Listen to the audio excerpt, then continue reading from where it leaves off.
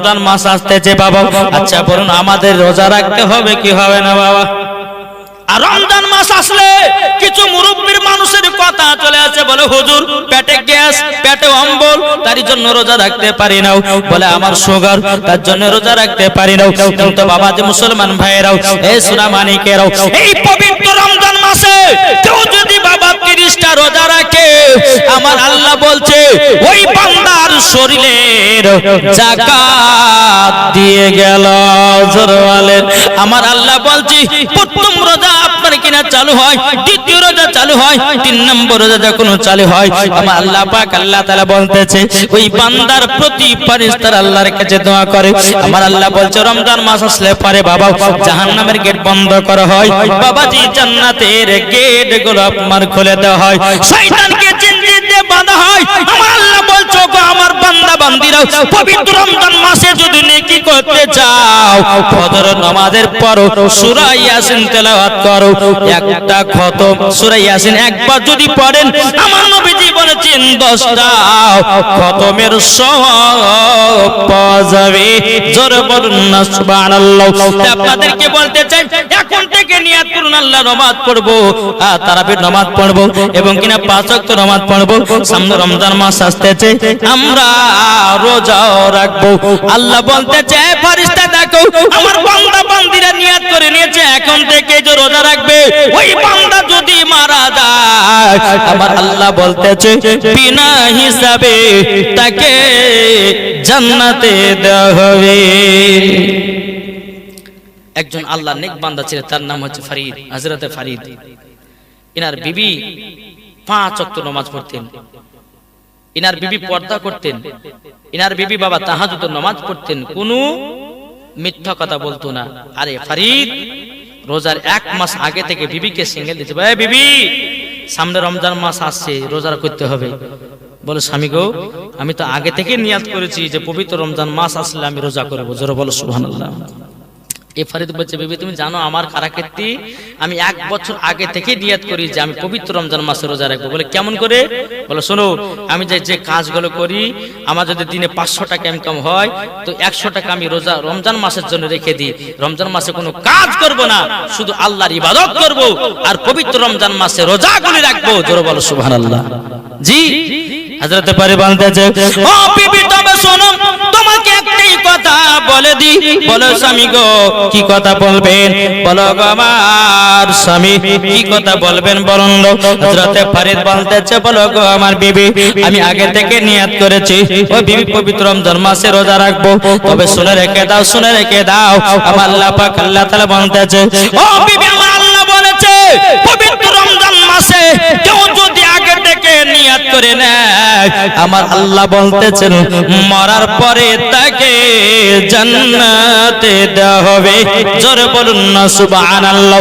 কিন্তু ফরিদের বিবি বাবা নামাজ পড়তো, রোজা করতো, হজ করতো, যাকাত দিত, বাবা তাহাজ্জুদের নামাজ পড়তো, সব কিছু করতো বাবা। কিন্তু ফরিদের বিবি আপনার কিনা স্বামীর সঙ্গে আপনার খিচখিচ করে আপনার কথা বলতো, স্বামীকে দেখতে পারতো না, স্বামীর সাথে ভালোবাসা ছিল না। বাবাজি মুসলমান ভাইরাও একদিন দুদিন 3 দিন বাবা আপনার চলে যায়। বাবাজি ফরিদের বিবি দুনিয়া থেকে বিদায় নিল। বিদায় নেওয়ার পর গ্রামের মানুষেরা বলল আল্লাহ গো এত সুন্দর মহিলা, যেই মহিলা পর্দাতে ছিল, যেই মহিলা নামাজ পড়তো, যেই মহিলা রোজা করতো, যেই মহিলা সব রকমের ভালো কাজ করতো, এই মহিলা দুনিয়া থেকে বিদায় নিল। হযরতে ফরিদ তিনি বাবা 2 চোখের পানি ঝরা কান্না করে আল্লাহ গো আমার এত মহব্বতের বিবি, আল্লাহ আমার বিবি আমার সাথে মহব্বত করে নিতে কি হয়েছে? কিন্তু ফরিদ বলছে আল্লাহ গো আমার বিবিকে আমি তো মহব্বত করেছি। বাবাজি মুসলমান ভাইরাও সমস্ত গ্রামের মানুষেরা জানাজার নামাজ আপনার পড়ে নিলেন। পড়ে নেওয়ার পর সে মহিলাকে কবরে দাফন করা হলো। দাফন করার পর বাবাজি হযরতে ফরিদ এশার নামাজের পর তাহাজ্জুদ নামাজ পড়া শুরু করেছেন। যে নামাজে আপনার তাহাজ্জুদ পড়তে পড়তে আপনার যায় নামাজে শুয়ে গেছে। আল্লাহ পাক আল্লাহ তাআলা ফরিদকে বলছো ফরিদ তোমার বিবি নামাজ রোজা হজ যাকাত সব করতো, কিন্তু তোমার বিবিকে জাহান্নামে দেওয়া হবে। আল্লাহ স্বপ্ন তো বলতেছে কাকে কাকে গো? হযরতে ফরিদ যারা বলো সুবহানাল্লাহ, আল্লাহর নেক বান্দা। সকাল হলো, চিন্তিত যে আল্লাহ আমার বিবি নামাজ রোজা পর্দা সবই করতো, আবার জাহান্নামে যাবে কিসের জন্য? একদিন চলে গেল, কিন্তু হযরতে ফরিদ প্রত্যেকদিন আপনার ফজর নামাজের পর বিবির কবরের কাছে যে চোখের পানি ঝরিয়ে কান্না করে, আল্লাহ গো, যেই বিবি আমার এত মহব্বতের বিবি ছিল, সেই বিবি আমাকে আজ ছেড়ে চলে গেল। বাবাজি এইরকম কি আপনার ফজর নামাজের পর কবরের কাছে আপনার কান্না করতো, কবরখান জিয়ারত করতো? বাবা একদিন চলে গেল, তৃতীয় রাত্রিতে আমার আল্লাহ পাক আল্লাহ তাআলা বলছো, গো ফরিদ তোমার বিবিকে জাহান্নামে যেতে হবে। বিরাদর ইসলাম মুআদ্দাস সামানিকেরাও, এ সোনা মানিকেরাও, মানুষজনকে অনেক খাওয়াচ্ছে, অনেক বাবাজি আপনার দোয়া খার করতেছি, তবু বাবা একই স্বপ্ন দেখে যায়। বিরাদর ইসলাম মুআদ্দাস সামানিকেরাও, এ সোনা মানিকেরাও, আমার আব্বাজি মুসলমান ভাইরাও, হযরতে ফরিদ আল্লাহর কাছে কেঁদে দোয়া করি, আল্লাহ গো আমার বিবি তো কোনো খারাপ কাজ করে না, তাহলে আমার বিবিকে কেন জাহান্নামে দেওয়া হবে? বাবাজি মুসলমান ভাইরাও, আবার ফরিদ আপনার তাহাজ্জুদের নামাজ পড়ে বিছানায় ঘুমিয়ে গেল। আমার আল্লাহ বলছে, ফরিদ তোমার বিবি সবই করত, কিন্তু ফরিদ গো তোমার বিবি অন্তর থেকে তোমাকে মহব্বত করতো না, সব সময় খিচখিচ করে তোমার সঙ্গে ঝগড়া করতো, সব সময় তোমাকে দেখভাল করতে পারতো না। সেই কারণের জন্য তোমার বিবিকে জাহান্নামে দেওয়া হবে। তার নামাজও কবুল হয়নি, তার রোজাও কবুল হয়নি, তার পর্দাও কবুল হয়নি, তার হজ যাকাত কিছু আপনার কবুল হয় না। হযরতে ফরিদ সকাল বেলাতে উঠে বলছে, আল্লাহ গো আমার বিবি আমার মহব্বত না করার কারণে জাহান্নামে যাবে, আমি স্বামী হয়ে এটা চাই না, আমি স্বামী হয়ে এটা চাই না।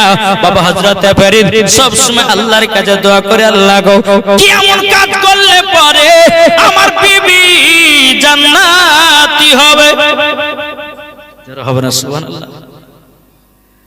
হযরত ফরিদ 3 নম্বর রাত্রিতে যখন আরাম করতেছেন, আল্লাহ পাক আল্লাহ তাআলা স্বপ্নতে বলতেছে, ফরিদ তোমার বিবিকে যদি জান্নাতি বানাতে চাও, পবিত্র রমজান মাসে 60 জনকে ইফতার করাতে হবে। জোরে বলো, এটা জোরে হবে না সুবহানাল্লাহ। পবিত্র রমজান মাসে 60 জনকে ইফতার করাতে হবে। বাবাজি মুসলমান ভাইয়েরা, সোনা মানিকেরাও, আপনাদেরকে বলে যায়, পবিত্র রমজান মাসে কোন রোজাদার মানুষকে যদি 1 গ্লাস যদি পানি পান করান, আমার নবীজি বলেছে কাল কিয়ামতের ময়দানে তাকে হাউজে কাউসারের পানি পান করানো হবে। জোরে বলুন না সুবহানাল্লাহ। হযরত ফরিদ তিনি আপনার কি করেছেন, পবিত্র রমজান মাস যখন আসলো, আসার পরে বাবাজি 1 রমজান চলে গেল, 2 রমজান চলে গেল, 3 রমজানে 60 জনকে বাবা দাওয়াত করেছে। বলো গো ভাইরা, তোমরা সকলে আমার বাড়িতে ইফতার করতে আসবাও, আমি তোমাদের সকলকে দাওয়াত করলাম। বিরাদর ইসলাম মুআদ্দাস সামানিকেরাও, হযরতে ফরিদ তিনি আপনার কি করেছেন, দাওয়াত করার পর সকলকে ইফতার করার আয়োজন করেছে। বাবা এখন ইফতার করাটা হয়ে গেল, এখন ফরিদ বলতেছে, গো আমার ভাইরাও, তবে শোনো গো, তোমাদেরকে ইফতার করার একটা হলো নিয়াত, আমার বিবি যে অন্ধকার কবরে চলে গেছে, আমার বিবির জন্য দোয়া করে দাও, আমার বিবি যেন জান্নাতি হয়ে যায়। জোরে বলেন। এখন গ্রামের মানুষেরা বলছে, এ ফরিদ তোমার বিবি তো ঘরে পর্দা থাকতো, তোমার বিবি তো নামাজ পড়তো, তোমার বিবি তো কোরআন পড়তো, তোমার বিবি তো ভালো কাজ করতো, তবু আমার কাছে এত দোয়া চাইছো কেন? সমস্ত রোজাদার মানুষদের কাছে দোয়া চাইছো কেন? ফরিদ বলছো, গো ভাইরা গো, আমার বিবি সব করেছে, একটার জন্য জান্নাতে যেতে পারছে না। বলে কিসের কারণে? বলে আমার স্ত্রী আমাকে সব সময়তে মহব্বতের কথা বলতো না, আমার সঙ্গে সব সময় ঝগড়া করতো, আমাকে দিল থেকে ভালোবাসতো না, তারই জন্য ভালোবাসা মহব্বত না করার কারণে, আমার সঙ্গে ঝামেলা ঝঞ্ঝট করার কারণে, দুঃখ দেওয়ার কারণে আমার বিবি জান্নাতে যেতে পারছে না। তারই জন্য তোমাদেরকে ইফতার করিয়া আমার বিবিকে জান্নাতি বানাতে চাই। জোরে বলেন না সুবহানাল্লাহ। এ বাবাজি মুসলমান, এ সোনা মানিকেরা, আপনাদেরকে বলতে চাই রে বাবা, সমস্ত রোজাদার মানুষ যখন আল্লাহর দরবারে দোয়া করলে, আল্লাহ গো ফরিদের বিবিকে জান্নাতি বানিয়ে দাও, ফরিদের বিবিকে জান্নাতি বানিয়ে দাও। বেরাদর ইসলাম মুআদ্দাস মানিকেরাও যেরকম ভাবে দোয়া করলেন, হযরত ফরিদ তারাবির নামাজ পড়ার পর বাবাজি তাহাজ্জুদ নামাজে আপনার মাশগুল হয়ে গেলেন। তাহাজ্জুদ নামাজ পড়তে পড়তে আপনার যায় নামাজে ঘুমায়া গেল।